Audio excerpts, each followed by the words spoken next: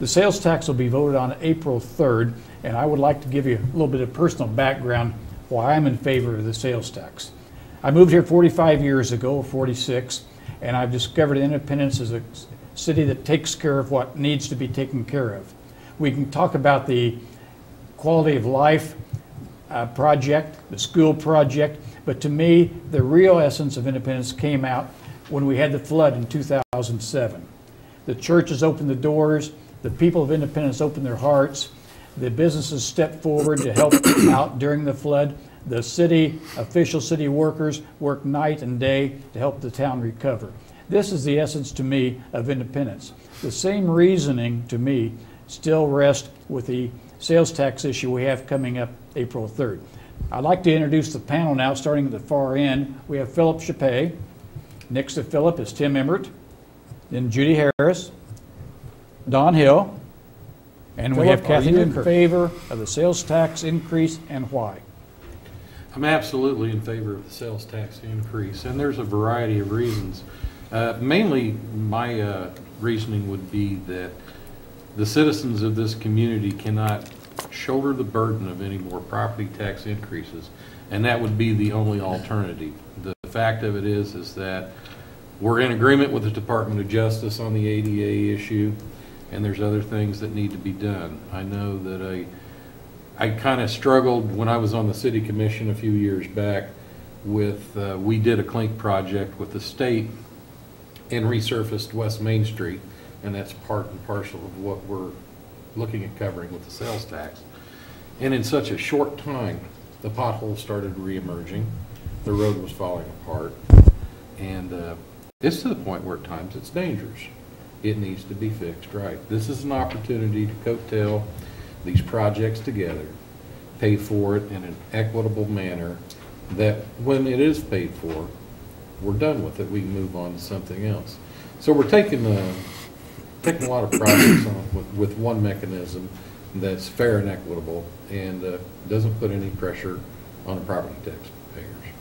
Tim? I'm very much in favor of this sales tax proposal. I think the city commissioners, the city manager has done a really good job of identifying the needs and figuring out a way to pay for it. I mean, it's kind of like maintaining your house. If it needs repaired, you fix it. Sometimes you have to borrow money and find different ways of financing it, but the financing package is good, and I don't think we should overlook the ADA part of this, that it is the federal law. We are pretty much under an agreement with the Department of Justice that we will comply with what the law is, and we have to do it. And sometimes it's hard to bite the bullet and do it, but the commissioners have, and I support it.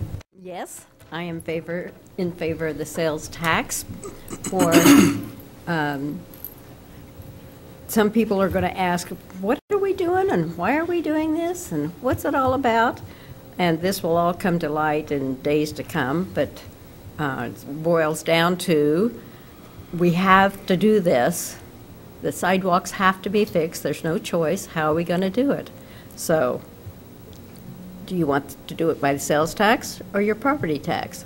Nobody likes property taxes. That is always the big argument. So I am in favor of the sales tax to fix the sidewalks. We need to do work at the Park and Zoo, and everybody loves the Park and Zoo. The cemetery, everybody always comments on how wonderful our cemetery is.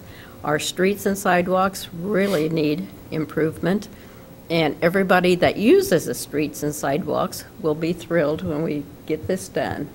Don? Yes, I'm in favor of the sales tax. And do I want more taxes? No, I don't. And I think government should be responsible and try to be good stewards of our taxpayer money. A lot of governments I don't think are, but I think our government has been, from the city staff to the people we've had on our commission. I think they have really tried to keep the taxes down. They've done a good job, and so this is what they want to do, and I support them on it. Kathy? Well, I plan to vote yes, because it's the right thing to do. I mean, when we have folks who can't access our city streets downtown, that's not just. Today, I am able-bodied, and I can take a step above that sidewalk, but who knows what the future holds, and I feel like that if we care about our citizens, this is what we're going to do. The cool thing about this, in my opinion, is, you know, not only are we going to be bearing the burden for these improvements that are much needed, you about need a four-wheel drive to drive on Main Street right now, but folks visiting our community, gassing up at our gas stations, eating in our restaurants, staying in our motels, those folks are going to be contributing to this as well, and it's just the right thing to do. I certainly will plan to vote yes, and I will talk to everybody that I encounter and tell them that it's the right thing to do. I can't do more property taxes, and this is a fair way to do it, and we have to keep up. Independence has always been a community of great pride, and there are some areas right now that I'm not terribly proud of.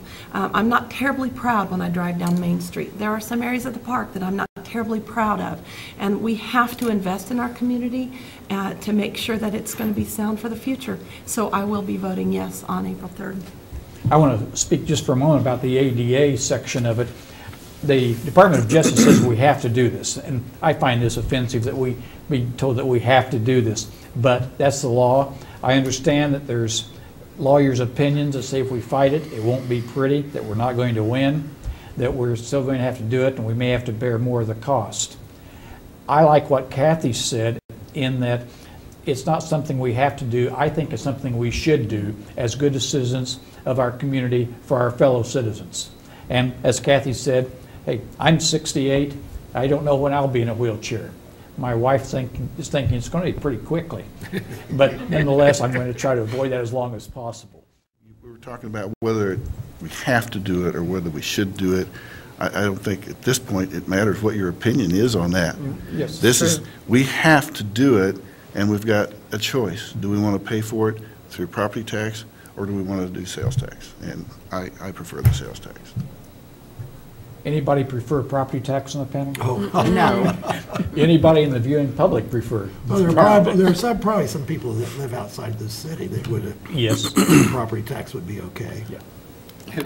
At least doing this project, or these projects, with a sales tax, we go into it with a known quantity. And it's spelled out how much money we're going to take in or estimated over the years. But we can get firm numbers on what we're going to do on the different projects. We know where we are. The climate right now as it is, that there's things happening in Topeka that puts a big question mark in our future. And that, one being the school refinance formula, nobody knows what's going to happen with that. The only known quantity of that is that if the policy direction goes the way some factions would like it to, that the support would fall back on the locals and the property tax would simply go up. That's a no-brainer.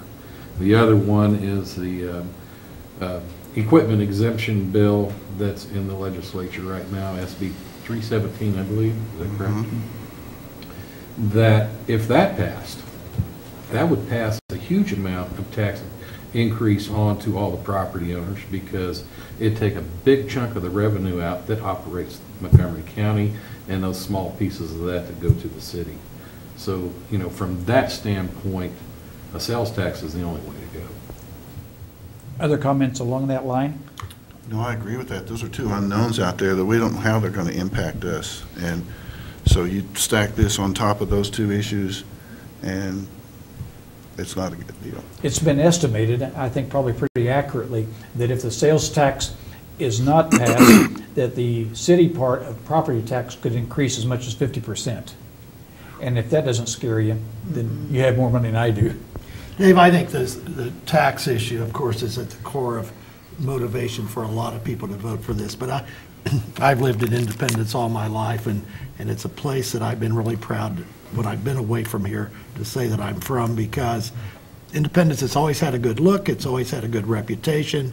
It's, you know, the park, the streets, the houses, and there, you just have to, I think there's a need for us, our forefathers, so to speak, stepped up and took care of the maintenance. Now it's time for us to do it. Right. Another part of this, I think, is the city's operating pretty much at a real tight budget.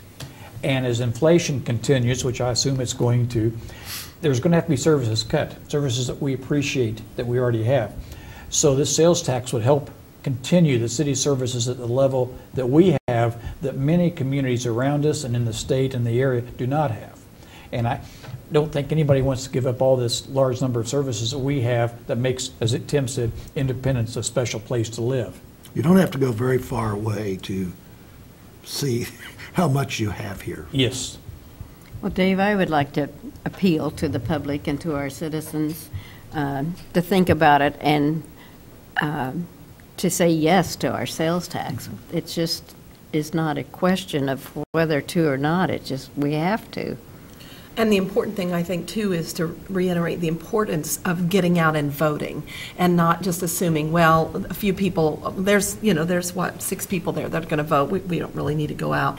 I think we all need to go out. We all need to voice our opinion on this. And I hope and pray that we vote yes, that I'd rather pay a little at a time than all at once. And the sales tax allows us to do that. And I've read streets and sidewalks maintenance, $1 spent now will equate to $3 if we don't spend it in the near future. So we not only looking for today to be able to get around today, tomorrow, but into the future for a long time. This is a long-lasting time.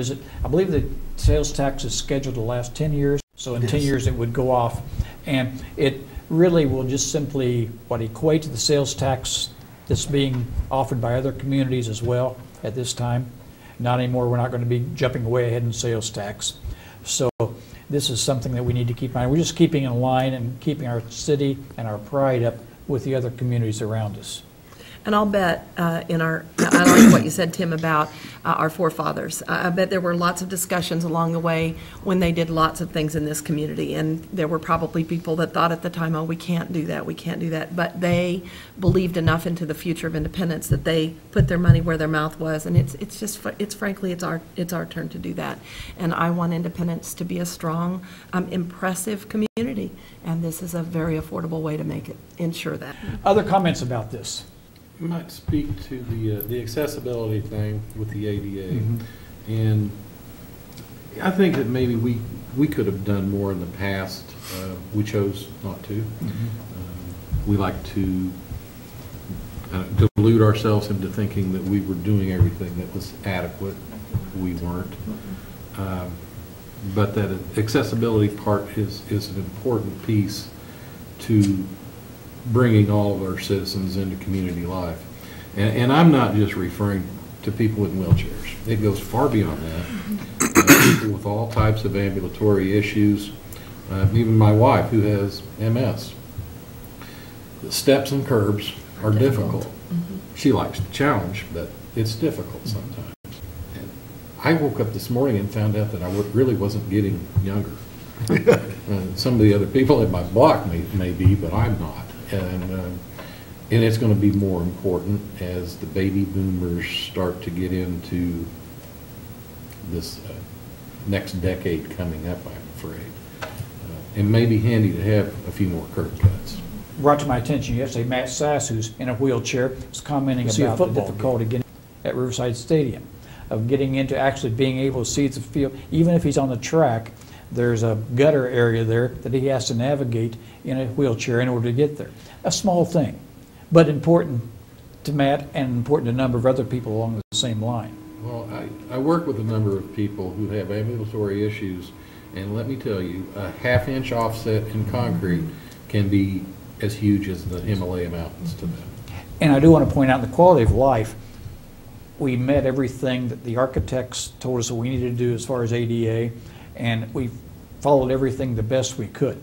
Some cases it didn't work out. I think there might be at the pool a counter that's a half-inch too high and would need to be corrected, something like that. And that could be a construction error as much as anything else. But this was attended to, but as Philip said, maybe we didn't have our eyes as wide open as we should have in the community the past few years.